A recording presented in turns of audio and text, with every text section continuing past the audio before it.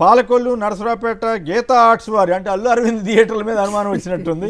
అలాగే వైసీపీకి సంబంధించిన వాళ్ళే అనుకున్న థియేటర్ల మీద టీడీపీ జనసేన వాళ్ళ జోలికి వెళ్ళట్లేదండి. మరి ఇదేం పవన్ సనాతన ధర్మం ఏం పాడు, ఆయన హిందూ ధర్మం అంటాడు, అన్ని అబద్ధాలు. గొడవ మొదలు పెట్టిందే జనసేన నాయకుడు. ఇప్పుడు వేధింపుల కింద రాదా ఇవంతా కూడా? ఎందుకు రావు, కానీ వాళ్ళు కదా అధికారంలో ఉన్నారు కదా, అంతే. అయితే థియేటర్ల బంద్ ప్రకటించింది దిల్ రాజు సోదరుడే. జనసేన బహిష్కృత నేత అత్తి సత్యనారాయణ ఆరోపణ. దిల్ రాజు గారు చెప్పాడు కదా, ఈ అత్తి సత్యనారాయణ ఎవరు జనసేన నాయకుడు ఏంటంటే ఆయనే చెప్పాడు బంద్ చేద్దామని. అంటే ఇప్పుడు కాదు దిల్ రాజు సోదరుడు చెప్పాడని ఈయన చెబుతున్నాడు.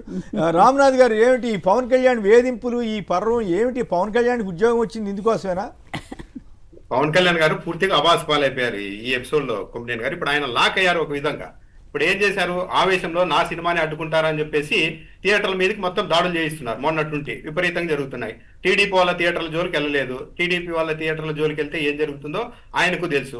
వైసీపీ వాళ్ళు తనకు నచ్చని ఆ నలుగురు అంటున్న వాళ్ళ మీద దాడులు చేయిస్తూ ఉన్నారు. ఇక్కడ ఏంటంటే ఇప్పుడు పవన్ కళ్యాణ్ గారు అక్కడ అక్కడికి అల్లు అరవింద్ భయపడి పవన్ కళ్యాణ్కి అనుకూలంగానే మాట్లాడాడు, అయినా కూడా వదిలిపెట్టట్లేదా? మొన్న ఈయన నిన్న చెప్పారు, అనుశ్రీ సత్యనారాయణ అనే అతను ప్రెస్ మీట్ లో చెప్పారు, ఈ ఎపిసోడ్ బయటకు రాగానే నాకు స్వయంగా మంత్రి దుర్గేష్ గారు ఫోన్ చేశారు, ఏంటి ఆ నలుగురు అంటున్నారు, ఇది నిజమేనా, థియేటర్లు బంద్ చేస్తున్నారా అన్నప్పుడు, లేదు సార్ అదంతా ఫేక్ అని నేను చెప్పాను.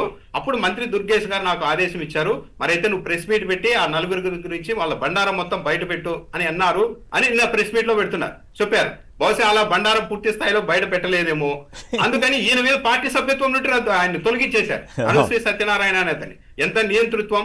ఆయన అంటున్నారు నాకేమీ తెలియదు. ఇంకా ఆయన అంటున్నాడు పవన్ కళ్యాణ్ భగవంతుడు, ఆయన అన్ని గమనిస్తుంటాడు, ఆయనకు అన్ని తెలుసు అని. మరి అన్ని తెలిసింటే ఈయన ప్రాథమిక సభ్యత్వం నుంచి పార్టీ నుంచి బయటకు ఎందుకు గెట్టేశారు? ఇదంతా ఏంటి అంటే నిన్న సి కళ్యాణ్ గారు కూడా చెప్తున్నారు, ఇదంతా తప్పు, పవన్ కళ్యాణ్ గారిని పూర్తిగా ఎవరో మిస్లీడ్ చేస్తున్నారు, ఆయనకి ఏదీ తెలియడం లేదని. రాయింది చేతిలో, సార్ ఇంకో పలానా వాడు మనకి వ్యతిరేకం సార్ అంటే రాయి ఇసిరేయడమే. లేదు సార్ అతను కాదు ఇంకో అతను అంటే ఇంకో రాయి తీసుకొని ఇంకో అతని మీద వదలడం, ఇదే పని చేస్తున్నారు పవన్ కళ్యాణ్ గారు. ఇప్పుడు థియేటర్ల మీద దాడులు చేయిస్తూ ఉన్నారు. థియేటర్ల యాజమాన్యాలు మొత్తం అంతా భయపడిపోతున్నాయి. ఇంతటితో మేము నాశనం అయిపోవడం ఖాయం పవన్ కళ్యాణ్ దెబ్బకొని. ఎందుకు అంటే ఓపెన్ గా చెప్పాలంటే వాళ్ళు ఏదో టికెట్ల ద్వారా కాకుండా మిగిలిన అంశాల ద్వారా కొద్దిగా 4 డబ్బులు సంపాదించుకునేవాళ్ళు. ఇప్పుడు వెళ్ళి అక్కడ తినుబండారాలు, snacks, cool drinks, water bottle అన్ని పక్కాగా ఉండాలి అని చెప్తున్నారు. అది కరెక్ట్ గా అమలు చేస్తే థియేటర్లో ఎత్తిపోతారు. కాదండి, అది రెగ్యులర్ గా జరగండి అంటే పర్వాలా. నా సినిమా వస్తుంది కాబట్టి నా సినిమాని వీళ్ళు అడ్డుకుంటున్నారేమో అనుమానంతో, అంటే ఈ సినిమా రాకపోతే ఈ సినిమాని అడ్డుకోకపోతే ఎట్లా అమ్ముకున్నా పర్వాలేదా?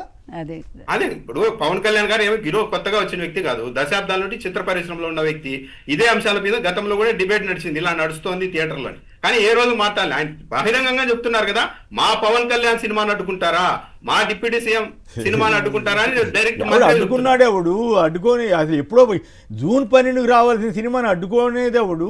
ఏంది పిచ్చికోవాలి? కాకపోతే ఇంత అజ్ఞానంగా, ఇంత విజ్ఞత లేకుండా ఉప ముఖ్యమంత్రి స్థాయిలో వ్యవహరించడం ఏంటి, ఆ మంత్రి స్థాయిలో వ్యవహరించడం? మంత్రి పక్కనే కూర్చుని మాట్లాడాడు, మరి మంత్రిని కూడా తీసేయమని చెప్పాలి, కానీ నువ్వు పక్కన ఎట్ట కూర్చున్నాడా అని. ఏప్రిల్ 19వ తేదీన ఈ ప్రపోజల్ వచ్చింది కొమ్మినేని గారు. ఈ సినిమా రిలీజ్ డేట్ వచ్చింది మే 16వ తేదీ, అంటే నెలకు ముందే. కానీ తనకు తాను ఆపాదించేసుకొని మొత్తం రచ్చ చేస్తున్నారు. ఇప్పుడు పవన్ కళ్యాణ్ గారు థియేటర్లలో ఇంకా దింపారు కాబట్టి మొత్తం ప్రతి ఒక్కటి కరెక్ట్ గా బయట మార్కెట్ లో ఎంత దొరుకుతున్నాయో అంతే విధంగా కూల్ డ్రింక్స్ అన్ని దొరికేలా. అంటే ఆయనకి నచ్చని థియేటర్లేనా టీడీపీ వాళ్ళ థియేటర్లు, జనసేన థియేటర్లు ఎంతగానే అమ్ముకోవచ్చా? అన్ని బయటకు వస్తాయి కొమ్మినేని గారు. ఇప్పుడు థియేటర్ కు ప్రజలు ఒక్కరే పోరు, అన్ని థియేటర్లకు వెళ్తూ ఉంటారు కదా, మొత్తం బయటకు వస్తాయి. ఇప్పుడు ఇరుక్కున్నారు పవన్ కళ్యాణ్ గారు. ఇప్పుడు మొత్తం కరెక్ట్ గా ఆ రేట్లకి అమ్మేలా చేస్తారా, లేదా చేయకపోతే ప్రజల్లో అవాస్ పాలవుతారు. చేస్తే సినిమా వాళ్ళలో పెద్ద విలన్ గా చరిత్రలో పవన్ కళ్యాణ్ నిలిచిపోతారు. దీని నుండి వెనక్కి రాలేక ముందుకు రాలేక జనసేన వాళ్ళు ఇప్పుడు కింద మీద పడుతున్నారు కొమ్మినేని గారు. సినిమా పరిశ్రమని నాశనం చేసిన వ్యక్తిగా కూడా ఈయన రికార్డు పొందుతాడేమో, నాశనం చేస్తున్న వ్యక్తిగా. ఈ చాలా దురదృష్టకరం కదా. సినిమా వాడేయండి, ఈ అరాచకం ఏంటి, ఈ వేధింపులు ఏంటి, అధికార దుర్వినియోగం ఇది. అధికార దుర్వినియోగం కరెక్ట్. డిప్యూటీ సీఎం కార్యాలయాన్ని తన సినిమా కోసం వాడుతున్నారు అంటే ఇంతకు మించిన అధికార దుర్వినియోగం. ముఖ్యమంత్రి చంద్రబాబు గారు ఏం చేస్తున్నట్టు? ఆయనకి ఏం చేతులు కట్టు కూర్చున్నాడా పవన్ కళ్యాణ్ ముందు? అంటే ఈయన పవన్ కళ్యాణ్ ఆయన సినిమా వాళ్ళే పోనీ పోతే గబ్బు పడితే పవన్ కళ్యాణే గబ్బు పడతాడని చంద్రబాబు లోకేష్లు మేలకుండా ఊరుకున్నట్టు ఉంది. చంద్రబాబు నాయుడు గారు ఏమన్నా విదేశాలకు వెళ్ళిపోయారా? వెళ్ళేటప్పుడు ఈ శాఖలను నువ్వు పర్యవేక్షించు రాష్ట్రాన్ని అనేమని పవన్ కళ్యాణ్కి ఇచ్చారా? ఆయన మహానాల్లో ఉంటే ఈయన మంత్రులతో సమీక్షలు నిర్వహిస్తున్నారు. హోమ్ మరి ఇదేంటో మినిస్టర్ మరి. విషయంలో కూడా ఇన్వాల్వ్ అయ్యారు కదా. ఇన్వాల్వ్ అయిన తర్వాత డీల్ కుదిరినట్టుంది కదా, ఇక మాట్లాడలేదు కదా. ఇప్పుడు ఈయనే ఒక మాట అన్నారు గుర్తుందా, అసలు ఏది జగన్ గారి ప్రభుత్వంలో అసలు ప్రభుత్వానికి ఏం పని ఏం సినిమా చెప్పారు? రంగంలో అబ్బో, అబ్బో, రెచ్చిపోయి అసలు మాట్లాడారు రెచ్చిపోయి. కదా. ఇప్పుడు ఆయన అంత మొత్తం నా గౌరవంగా కంట్రోల్ రిసీవ్ చేసుకుంటే అవమానం చేశారు. రైట్.